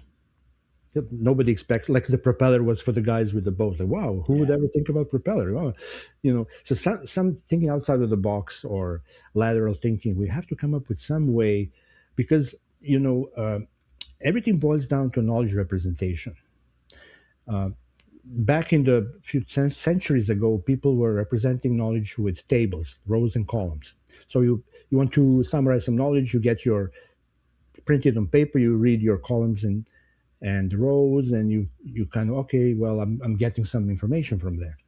At the same time, there's another way of representing knowledge, which was drawing maps. So you represent a territory by saying, okay, this is the map of Vancouver, this is the map of Toronto, and you can look at it. You say, okay, I understand. Then some guy, I forgot his name, came up with a genius idea and combines tables with maps. And now we have graphs. Yeah. So the combining two or more ways to represent knowledge into a single way gives you a much higher resolution. And now you, at a glance, you can look at the graph and you can say, oh, I see what the trends are, I see what's going on. But if you're just poring over the big table, it's very hard to spot Yeah. where this is going. And so I think we need to think about now, okay, what are our knowledge ways to represent knowledge? Can we combine them and mash up and remix and fool around? AI is now Yeah. giving you ways to fool around for very cheaply, no skin off your nose, and it can let you remix, mash up. Sorry, That's it. this way, that way. See how that looks. Does it make sense? That's where I think we should be going. That direction of experimenting, innovation, and come up with a breakthrough that's going to elevate things from just paper drudgery and pushing paper workflow. I think it's very low resolution. I don't know if you agree with me, but I'm like, come on. It's a steam powered rowboat. It really truly Yeah, is, in that yeah. like we're making the current thing faster or more automated, but we're not actually. And this, I'll say this full circle, this goes back to what was the intent of the system in its original design. And the intent of the boat was to get from here to there alive as quickly as possible. Hopefully, hopefully enjoyably. That's right. Yeah, exactly. Oh, yeah. We learned well. That's the classic thing. Like we got it way faster. We witnessed this in BC. BC ferries, very famously, they did this fantastic thing. We've built the perfect boat. They ordered them in. They spent millions of dollars in how they were going to, get this fantastic boat that could get us from Vancouver to Vancouver Island in 30 minutes instead of 48. But the first thing they did was, as soon as they sent it on the first trip, it sent the most incredible wake that just ravaged all the local islands. And they're like, well, we can't run it that fast. So now they had a multi-million-dollar boat that they were running at 30% speed because they had never thought, like, hey, let's think about other environmental factors while we're Yeah, at yeah. it. Or Toronto did this one famously too. I'll say Canadians not so good with their boat planning. They built a ferry. Whoever's in charge of the ferry lobby is doing great. They're driving a Porsche and never having to come back and revisit things. But they came up with a system. They bought these electric ferries. They did the whole thing, millions in all the studies. Will it hurt the bird's nest? Will it change the? So they learned from BC. They're like, let's make sure it won't wreck everything. They're like, no problem. It's all good. And then they literally were like at the point of like we're months, like 6 months from delivery on this like 2-year project. And like, where do we plug the boat in? They literally never figured out how to dock the boat. They spent all the time engineering the boat, and now they have a 2-year study on how they're actually going to be able to dock and charge this bloody boat. Wow. Yeah, and I don't know if you saw that, but there's if you drive through Horseshoe Bay or in Vancouver, you'll see cars with bumper stickers. BC ferries. Thank God they are not flying planes. Oh yeah, Yeah, and I and think this is also what we need. Is it's very easy to get black pilled and very doom thinking about like the risk. And that's why I don't want to see, if I see one more fireside chat on ethics of AI, like we get it, we have the same 60-minute conversation over and over again, but no one does anything about it. Yeah, yeah, Like, how do we actively affect the real environment? Like, that's great, we can have the pundits sit in their fancy looking chairs, you know, that's beautiful on the stage, it looks great, it'll make a good video, but like, what does it do on the ground? And if we just watch the 1 hour fireside chats, we'll just walk away constantly going like, oh God, what does happen when information leaks, when bad actors get in, you know? But we should think, what are the opportunities to proactively affect this environment? And what can I do as an engineer, as an architect, as a builder, as a thinker, as a participant in this industry? What can I do with my peer group? And what you've done with the guild, and I'm hoping to be the second chapter of the guild here in New Jersey, because I've got so many people that want to affect this environment. But the first thing we want to do is we want to talk about how we can optimize how we can do that and what are people actually experiencing. Because if you just go to Twitter, you'd think that everybody's just replacing people with Claude bots, and you know it'll run on your phone soon. Like that's maybe true for some use cases, but it's not true in enterprise engineering, it's not true in enterprise computing, it's not true around the world. You know, we're talking about this as if everybody has a computer and a laptop. Like, I'm not sure if people have been to major parts of the world who are not actually attached to the internet on a constant basis. Like, there are many assumptions that we have not accounted for. So what I've always thought that like VMware had the vmug, the VMware user group, and it became this incredible community of practitioners and architects and designers. And as that technology developed, we all became system designers instead of just VMware operators. And that access to that brain share fundamentally changed how I thought about running a VMware server. You know, same way as working with you and the team fundamentally changed how I thought about building compute. Like, we talk about multi-environment, you built systems on a product that would never be used in production. Like, you built on a Mac and we deployed on Windows. yeah, We did it because we built all of those checks and balances to know that we built interoperability into the process so that we didn't have to worry about the change when it arrived. Like, I just think that those fundamentals were only developed by working with people that questioned, why are we doing it? And can we do this a better way? Like that, you have to surround yourself with those people and those ideas. yeah. And you just reminded me. I remembered the third leg of the guild. So it's technical excellence, ethics, and innovation. Innovation is very important in the sense that we should not just be mimicking or mirroring how we've been doing things prior to this breakthrough. Only, like you said, only faster and with less whatever. But we got to find new ways of doing it that is gonna. I'm always fond of because I'm interested in architecture, and the father of the architecture is an ancient Roman dude called Vitruvius. I don't know if you heard of Vitruvius. Indeed. Yeah, and so he basically established three fundamental principles of architecture.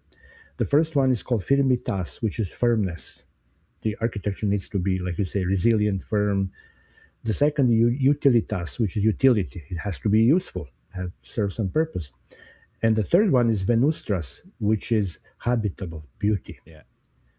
It's not enough just for moving to a place where it's solid, firm, and it's very useful and functional, but it has to feel good. It has to have human dimension. It has to make you feel like you're at home, you're feeling safe, you're feeling taken care of, you're enjoying it. So this is our job as, I think, architects and systems engineers, is to make sure it's sturdy, it can gracefully degrade, it can bounce back, it can get stronger from its damages to the system. Then it becomes, of course, very useful. It's serving the purpose and helping Yeah. us. And then you feel good when you're doing that. You don't feel like, oh, this stinks, but I have to do it anyway. Yeah. So it's a tall order, right? But we hopefully I don't know if you have time to join us, establishing this group of professionals. The danger is also that it may become shameless self-promotion platform. That's always a careful boundary. Yeah, yeah. It is tough. Like I always used to say, like when people would call me, like I became a blogger because I wanted to write down the problem. Writing down the problems I was solving helped me to work through how I solved it, and it helped me to explain it better. And that taught me a lot about how I could be a better coach, a better mentor, a better practitioner. Like because it forced me to slow down. Like I knew how it worked, but when I had to slow down to write it out, and then I learned story structure, I learned narrative flow. Like I mean, I co-founded a company with somebody because of what we did. Like here I am many years later, and I've made a job out of that. But really, this goal was to then meet other people who were also writing. And then at one point, I got called an influencer because I would go to an event and they're like, "Oh, you're DiscoPosse, you're a blogger, influencer." Like, that's fine, but I'm actually just a practitioner who happens to be vocal. I'm a professional extrovert. I'm an introvert by nature, but I'm a professional extrovert. I can be very extroverted, but I tap out after a while. It's cognitively very challenging for me to keep emotionally that open. But at any rate, the point was that I'm going through this, and then I'm looking at all these people that I'm in my peer level who are starting to blog, and we're teaching each other how to blog. And then occasionally one would pop out, and they would then become the influencer. And I used to call it, when they become self-aware, that's when you have to push them out of the guild. Like, because once they think that they're the audience, that's wrong. The influencer is a cohort representation of the audience. And when they start to believe that they now can represent and make decisions on behalf of the audience, they've no longer are what they were born of. It's like I am simply an extrapolation, a one person, intrapolation, I guess, whatever, like of that thing. I'm a cohort of the world with the questions that I ask, that then I will share with the world, and hopefully some people find value in the answers. But if I think that I'm smarter because I've got the questions, I'm no longer valuable. And that's the problem. There's too many people that they'll join these things like, oh, can I share my blogs? Can I publish this content? You're like, that's great, but what's the ethos of the group that we're here? What's the purpose of what we're doing? Is to support the industry at large as a community. And it's very hard for people to maintain that community ethos, because it's very tempting to, like, oh, if I could do this, I put a video on it, and if I make it catchy, then I can get 8,000 views, and that, like, whatever. Like, we start to look at the metrics. I don't look at any metrics of what I do. I have to as a job, but I don't write with metrics in mind. I don't build systems with metrics. I don't do these podcasts with metrics in mind. I do them with, I want to talk to amazing people and learn amazing lessons, and I get to walk these ideas in my head. And it just so happens that people listen. But that's bonus. If no one would listen, I'd still do the podcast. I don't I don't check the audience. I just want to do this thing, and then it just works out that it's a benefit. But yeah, so I would, so that was a long way around of, like, Yeah, I yeah, hate I hate influencers because I know, because yeah, I know, but I don't know why currently the market is in such situation that even people who are employed are kind of getting a bit nervous and are looking to secure their future by positioning themselves or somehow. And then there's a danger that they will may see some of these things as a springboard for their own promoting their own right. services, and which is okay, I understand, but that's not the intention of it. So it's going to be tricky to say, look, you know, um, I mean, I'm with you. Even if you, as an influencer, if you have one viewer who is getting something out of this, it's worth it. Just one Yeah. person, it's worth it. Yeah. Yeah. Yeah, if someone Even walks in, that's really what you want to get. Like, if somebody's going to say, like, "Hey, I I was at this group, and we had this discussion, and I went back to my work, and we had the same discussion, but I had an answer that I'd never thought of because of this collaboration opportunity." And within it, we can do shameless self promotion. That's what I love, like intra community. I love the shameless self promotion track, whether it's Discord or Slack or whatever. Like, that's fine. We should all be proud of what we're doing, but don't make it like Reddit where like all I see is people going like, "Hey, I've got a really important question that just happens to line up with a startup that I've just launched." Like Yeah, you've got 4,000 karma in the last 7 days because you've posted 3,998 times, and it's the same post every time. Like, yeah, no.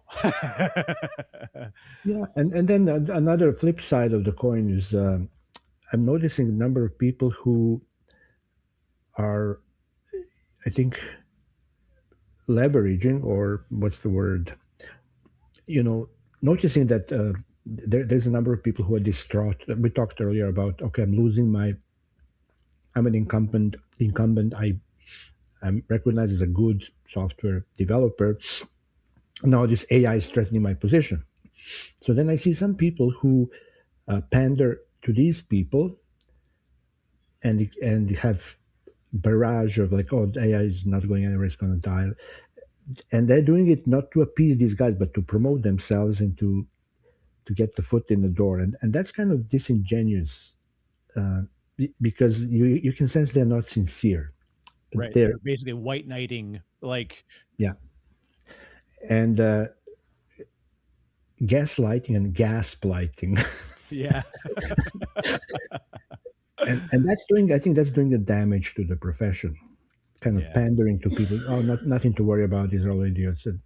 You're good, everything's going to come back to normal back in August, mark my words. Because Yeah. people want to hear a bedtime story, like, is this going to go away? Yeah, I remember back in 2005, I met with an old colleague. We had a coffee, and he's like, "So, Alex, let me ask you one thing." I'm like, "What? When is this HTML going to go away? It's getting on my nerves." Yeah. What is this, like some child's play? Some HTML? Like, it can't be serious, because they'll come from the hardened, hardcore C++, desktop app. It's not going to go away. It's, Yeah. I think, same as with AI. Yeah, that's it. And so surround yourself with people with intent. Yeah. And I think that is really the core ethos of what you're doing with the guild. Again, I will be an active participant Thank you. wherever I can, because I think this really does need to be an effective, like a chapterized thing that we could put in many locations, that we could be, because while we are geographically close by this, digital medium, the sitting around and having bad donuts and bad coffee in a conference room with a bunch of people is actually kind of a cool feeling sometimes. It's like an AA meeting, you know. But, hi, Hi, my I'm name Alex. is Eric. I used to write Recovering, with my hands. Yeah, yeah, I, I'm I a started using. recovering coder. That's right. Yeah. I'm a cloud addict. I Yeah. shouldn't joke about that, because it is, there are people that are getting into a bad space of like, they're burning real money thinking they're getting like so close to the thing that's going to make their future, not realizing that they're just spending into the next constraint, which is no one's going to buy the app that you built because you don't know how to market it, don't know how to do whatever. So yeah, yeah. So we'll have links for folks for getting involved with the guild, and I'll publish for sure, the works that you're Thank doing. you, Eric. Yeah, And thank you. for So how do people get a hold of you, Alex, beyond here? I have my website. It's just my Alex Bunardzic, first name, last name.com. And then on there, I have my all the links to LinkedIn, etc. Um, and they can, if you go to my website, you can schedule a call with me. There's a calendar app. You can just pick a date, and we can jump on a call Nice. and see where things are at. I'm hoping we can establish some bare minimum bar to our profession. But Absolutely. we need people like you, because I think you have very good grasp we need systems people. Well, thank you. It's appreciated. It means a But lot coming from you. your head is in the right place, and I think you're fully qualified to take us to the next level. And you have the stamina, the focus, like we said, the intention. Uh, your skills will be very valuable in the upcoming months and years because you understand where the issues lie. And I really like your focus on everything in red, Soviet Union style. Nobody, everybody guilty. You gotta prove to us that you are worthy of releasing into the wild. Yeah. That's the only approach at this point. We cannot be naively saying, "Oh yeah, these are like phenomenally sophisticated things. We can just release them and see what happens next." No, don't be don't be crazy. Don't create another pandemic of these like crazy Yep. It's releasing. assume failure. I am I'm an optimist, but I also am a realist in that I have to assume what are the failure domains that I'm going to face towards with the goal of my optimistic future. You know, Yeah, I like I mean, do want an optimistic outcome, but I also have to realize that it's not going to happen because of well, X constraint or whatever. look, I mean, the only way to be real optimist is to always have a worst case scenario explicitly stated. This is the worst thing that can possibly happen, and now you know can you survive that or not. If if you know that, then everything else is gravy. It's just cherry on the top, Yeah. right? So that would be my kind of philosophy. What is Yeah. your worst It's case scenario? Yeah, when it and you all say even as a because you taught me about the beauty of an analogy is this idea of like why do we do all this work of like setting up lights and doing all these things to make ourselves more appealing? It's like there are certain things that we have to do because I have to assume that people aren't going to listen, you know, or watch. So I want to like make it. I have to based on that assumption. I've done other mitigating things to make it more appealing and give it that habitability. Yeah, yeah. But it's all about humans at the end of the day. There he goes. My famous shirt. People said like it was my new campaign for the start of the year is profoundly human, and Yeah, it is something that I think that we should all be proud of. Use the tools. Like no one goes. Has anyone been replaced by a hammer? But no, they've been replaced by a guy with a hammer, yeah, right? yeah, yeah. So Yeah, that's what AI is. It's a good people with good tools. yeah. And again, think about the concierge versus butler metaphor. All the system we are using today, whatever you are using, is a concierge. It is not loyal to you. It is loyal to the overlord who is paying this service. Yeah, Now, today, we have a chance to create our own butler who's going to be loyal to us, not to the overlord. Big opportunity. Uh, we can do it, right? But we have to proceed carefully. But the focus should be butler. Is it learning about my needs? What do I actually need, and how to protect me, and how to ensure my safety and my well-being in the world? This is what I think technology should be. Of course, the nefarious forces who are profit and warmongering are conspiring to subvert that and to flip the tables, which they always do, and we always fall for it. And we are going out and cheering for something that's going to be, and even the naive things such as people camping in front of the Apple Store to get the latest iPhone. that's So right. you, you're paying out of your own pockets to be the foot soldier of some corporation. Are you like mental? They should be Yeah, paying you. You're spreading the word of the mouth. You're zealous. You're paying for being their advertising machine. That's like insane, right? And yet people yeah, don't even notice that. So you become the slave of some machinery. Wake up! Don't do that.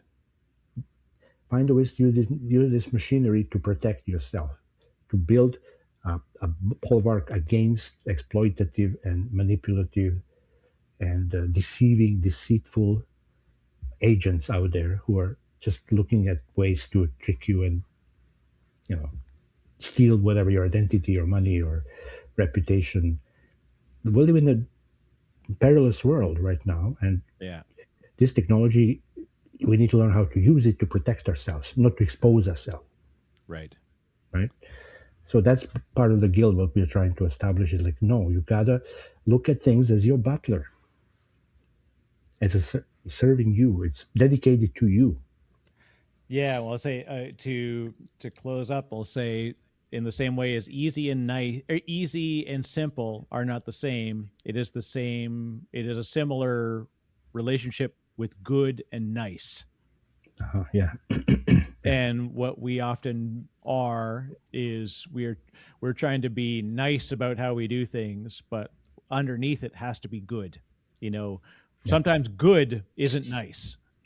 Sometimes Mm-hmm, good is difficult conversations, but the underlying good as an ethos is has to be that foundation on which you build the rest of the system of people and the system of behaviors and the system of interactions and how we build our own constitution between each other. You know, that's it's yeah. these things all map onto fantastic, interesting concepts. You know, and I'm like I said, I'm not a religious person, but I understand why people choose religion because it allows them to define a set of constraints and goals and ideas and stories that help to support that thing in their mind.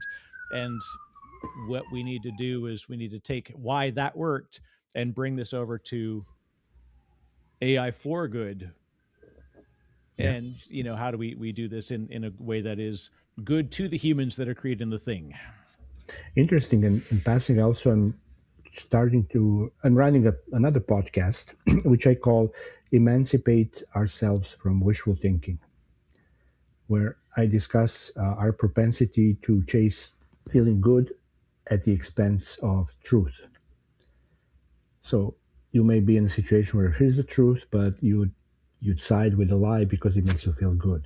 Yeah. And that is what I call wishful thinking. And if children are all about wishful thinking, just chasing after wishes, crying and having tantrums. Then we kind of grow up, and as adults, we should be not falling for the trick of wishful thinking, but we do. And again, same with this AI.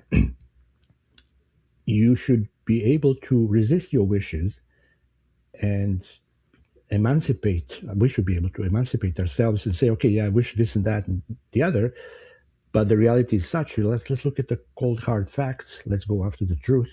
What's the real situation? I think this is what makes us grown-ups, Yeah. adults. So again, this all ties together because now we have a chance to reclaim our humanity and to say, yes, the history of human species is the history of technology, and this is the pinnacle as far as we've gotten. So our duty, I think, is to make it work for us. And use the lessons of, as they say, past is prologue is the short form of it. But let's use these as lessons to the future. But you have to look back, look at now, and build towards. So awesome. Well, Alex, thank you so much. Thank you, Eric. We'll catch up again. Yeah, And yeah, this is a blast. God, I could do this yeah. all day. This is really cool. So I'm yeah, the looking build is forward to. the guild is going to be amazing. I am super excited about this because this is I've needed to see this come to the world, and I'll do everything I can to help bring it to this world with you. Thank you, Eric. I'm looking forward to see what you're going to bring to the table. It's going to be really. I know you can bring original things that nobody else will think of, which is what we need: innovation. That's it. Excellent. Cool. Awesome. Thanks, Okay. Alex.